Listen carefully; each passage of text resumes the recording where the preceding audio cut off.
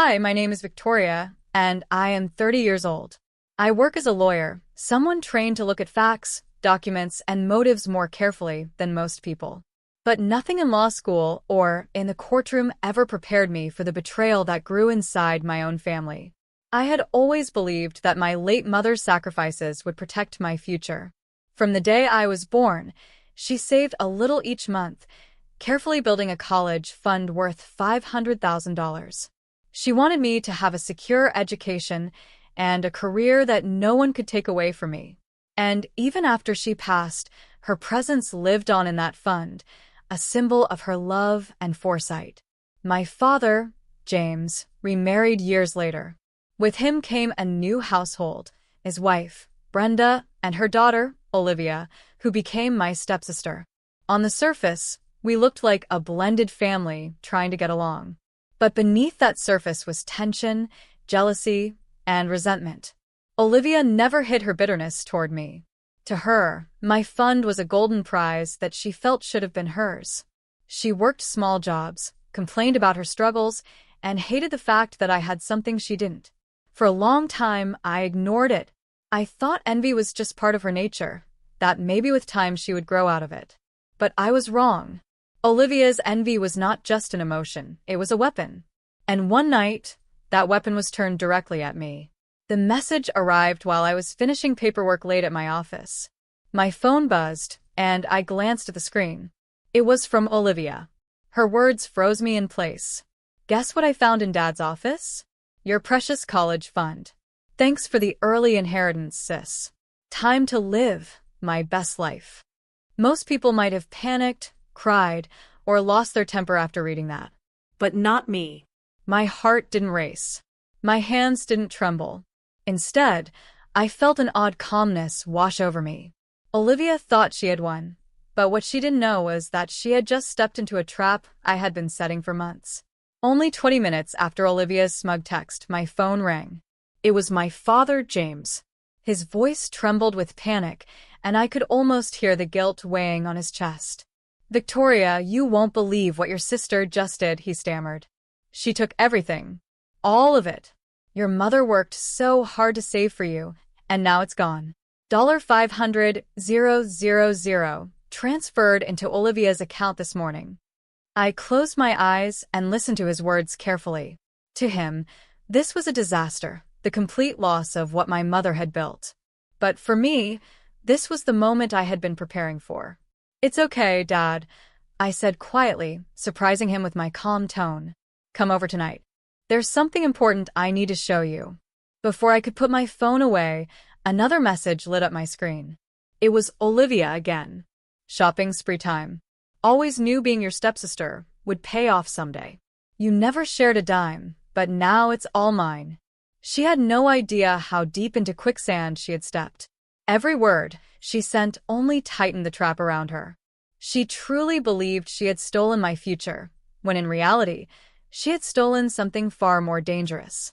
Months earlier, I had caught Olivia snooping in James's office. That was when the idea came to me. If she was so desperate to find my college fund, why not give her something to find? I carefully drafted fake bank records and created a separate account, one that was never connected to my real savings. The account she discovered and emptied didn't belong to me at all. It was filled with money tied to Brenda's hidden real estate transactions, money she had been laundering quietly for years. Olivia thought she had been clever, that she had finally beaten me. What she didn't know was that the very thing she stole was going to expose Brenda and drag them both into the fire. That night, as I packed up my files from the office, I felt a strange kind of peace. My mother's real fund was untouched, secure, and untouchable. Olivia hadn't stolen my future. She had stolen her own downfall. Later that evening, my father James arrived at my apartment. His face looked worn, his shoulders heavy with guilt. He sat down across from me, running his hands through his graying hair. Victoria, he said, his voice breaking, I already called the police. But Olivia is claiming you gave her permission to use the money. And Brenda is backing her up, saying you once told them you'd share it. I don't know what to believe anymore. I leaned back in my chair, steady and unshaken. Dad, I said gently, Has Olivia spent any of the money yet?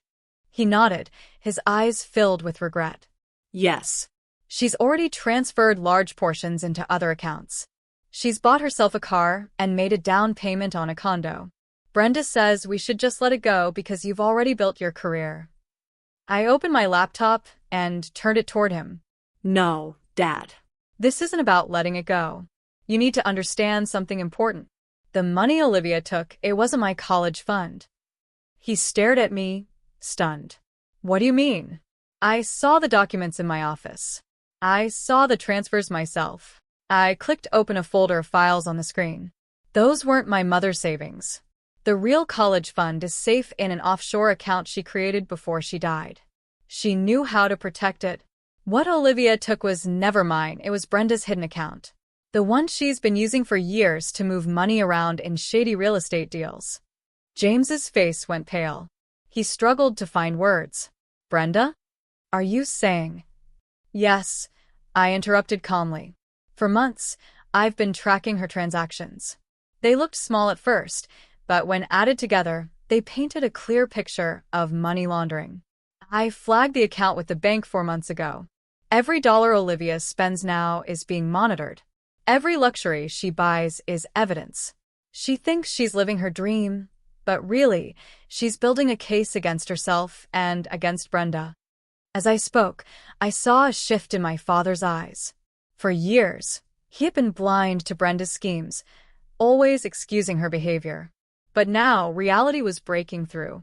He realized the storm that was about to fall on his wife and stepdaughter, and the calm determination of the daughter he had underestimated.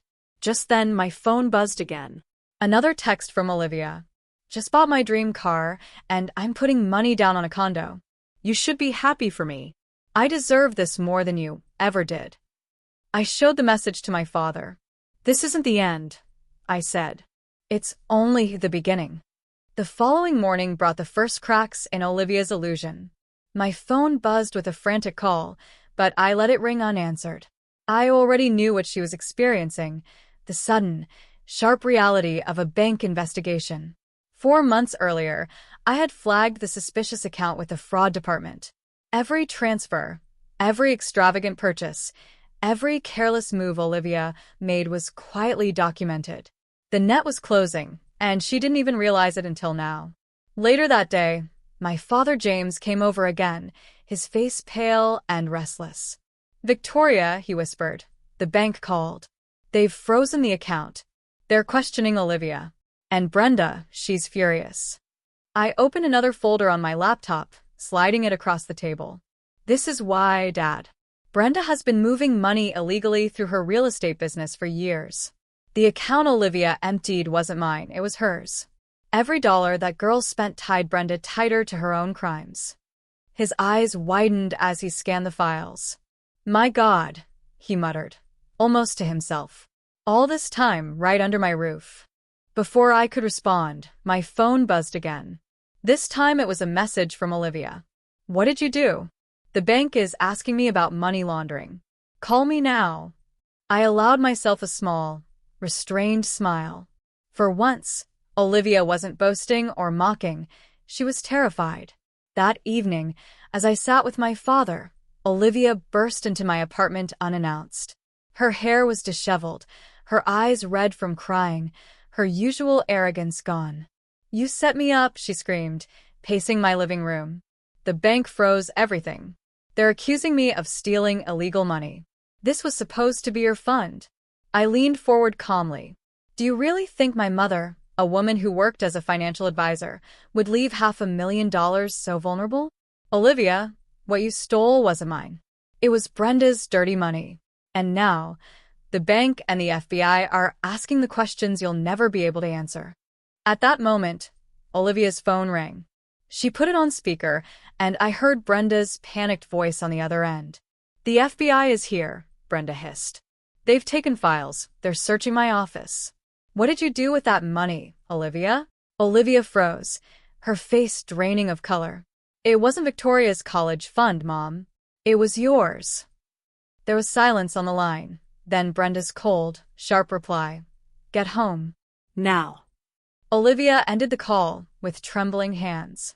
She looked at me with a mixture of rage and fear. "You've ruined everything." I met her gaze steadily. No, Olivia. "You did that all on your own." The next morning, my phone buzzed again. Olivia's messages were coming one after another. They froze everything. "The bank is accusing me of fraud." "What did you do?" "The FBI is asking about the transfers. They think it's money laundering. I need you to fix this." I ignored every word. The truth was already in motion, unstoppable. By noon, James called me, his voice breaking. "Victoria, the FBI is here. They've taken Brenda's computer, her files, everything. They're saying this is a large-scale financial investigation. I don't even recognize the life I've been living. How could this have happened under my nose?" I met his despair with quiet strength. "Dad, you saw what you wanted to see. Brenda and Olivia counted on that. But the evidence is clear now, and nothing can cover it up." That same week, the courtroom filled with reporters, attorneys, and investigators. I sat silently behind the prosecution's table, watching as the weight of justice bore down on my stepfamily. Judge Anderson presided firmly over the case. Brenda, usually dressed in flashy outfits, now wore a plain suit, trying to look composed. Olivia sat behind her, head lowered, her arrogance stripped away. The prosecutor outlined the charges: years of money laundering, tax fraud, and wire fraud, all traced back to Brenda's real estate company. Olivia was charged for knowingly using and moving the illegal funds after she had stolen them. When the evidence was presented, bank transfers, receipts for her shopping sprees, the down payment on her condo, Olivia buried her face in her hands. She had handed investigators everything they needed without realizing it. The verdict came swift and merciless. Brenda was sentenced to 6 years in federal prison. All her assets connected to the crimes were seized. Olivia received 4 years of probation and a heavy fine. Her dream of living rich without effort collapsed into dust. As they were led out of the courtroom, Olivia glanced back at me. Her eyes, once full of pride and spite, were now filled with something else: recognition. For the first time, she understood she had destroyed herself. And I hadn't lifted a finger. That evening after the sentencing, James came to see me. He looked older than I remembered, his shoulders stooped, his eyes heavy with both sorrow and relief. For years he had defended Brenda, turned away from the red flags, and chosen comfort over truth. But now, all illusions were gone. He sat quietly on my couch, staring at the floor. "Victoria," he whispered, "I failed you. I should have protected you. I should have seen through them. Instead, I let Brenda and Olivia treat you like an outsider in your own home." I made us both tea, a small habit I'd learned from my mother, and placed the cup gently in his hands. "Dad," I said softly, "you saw what you wanted to see. They counted on that. But you're seeing clearly now, and that's what matters." His eyes filled with tears. "Your mother would have seen through all of this from the beginning. She was always the cautious one." I wanted to believe Brenda. I didn't want to believe that my wife could lie to me every single day. I reached out and took his hand. "Mom did see through it. That's why she set up my fund the way she did. That's why she left me instructions. She knew people like Brenda and Olivia would try to take advantage of us one day. She didn't just leave me money, Dad. She left me wisdom." James looked at me for a long moment, and I could see something new in his gaze. For the first time, he wasn't just seeing me as his daughter. He was seeing me as my mother's daughter. Strong. Calculated. Patient. Someone who knew how to protect herself even when the world turned against her. "I'm proud of you, Victoria," he said quietly. "Not just because you kept the funds safe, but because you let them expose themselves. Your mother would be proud, too." For the first time in years, the distance between us began to fade. A week after the trial, I sat alone at my desk, holding a white envelope I had kept tucked away for months. It had been given to me by Martin, my mother's lawyer, who said she instructed him to hand it over only when the time was right. The envelope contained her final words to me. I opened it carefully, as though her presence lingered in every fold of the paper. The letter began simply, My dearest Victoria, if you are reading this, then someone has tried to take what belongs to you. I always knew you would face envy and greed, but I also knew you'd be strong enough to stand against it. Remember, real strength isn't in fighting fire with fire. It's in patience, in letting others reveal who they truly are. Her words sank deep into me. She had seen through Brenda from the very beginning. She had even anticipated that Olivia's jealousy would one day twist into something dangerous. But instead of arming me with anger, she armed me with wisdom. To stay calm, to think ahead, and to never let betrayal pull me down to its level. I read the letter again and again, each sentence reminding me of her voice, her steady guidance, her belief that I could protect myself no matter what. She hadn't just left me a $500,000 fund, she had left me a shield of foresight. That evening, I placed fresh flowers at her grave. The air was cool and quiet, the kind of silence that made you reflect. I whispered softly, "You were right, Mom. Brenda and Olivia destroyed themselves. All I had to do was wait." For the first time in months, I felt a sense of peace. 7 months later, I found myself sitting in the back row of the courtroom once again. This time, it wasn't suspense or anger that filled me, it was quiet certainty. Brenda stood before Judge Anderson, her posture stiff, her once confident smile gone. She listened as the charges of money laundering, tax fraud, and wire fraud were read aloud, and as her 6-year sentence was confirmed. Her glamorous lifestyle had been stripped away, leaving only consequences. Behind her, Olivia sat quietly. The girl who once bragged about stealing my future now looked small, defeated. The probation sentence and crushing fine had taken away every illusion she clung to. She had traded security for greed and lost everything. When our eyes met, there was no arrogance in hers anymore, only the realization that she had been the architect of her own downfall. Outside the courthouse, my father James waited. His face, though tired, looked lighter than it had in years. "It's finally over," he said with a long exhale. "Almost," I replied. I reached into my bag and handed him my mother's letter. She knew all along, Dad. She warned me, prepared me.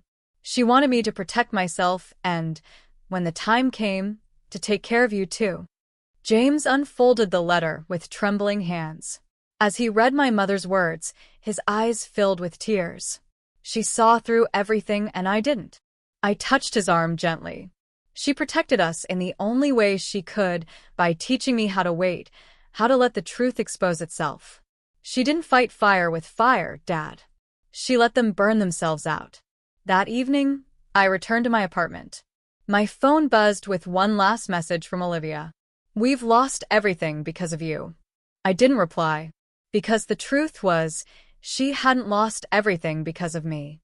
She lost everything because of her own greed, her own lies, her own choices.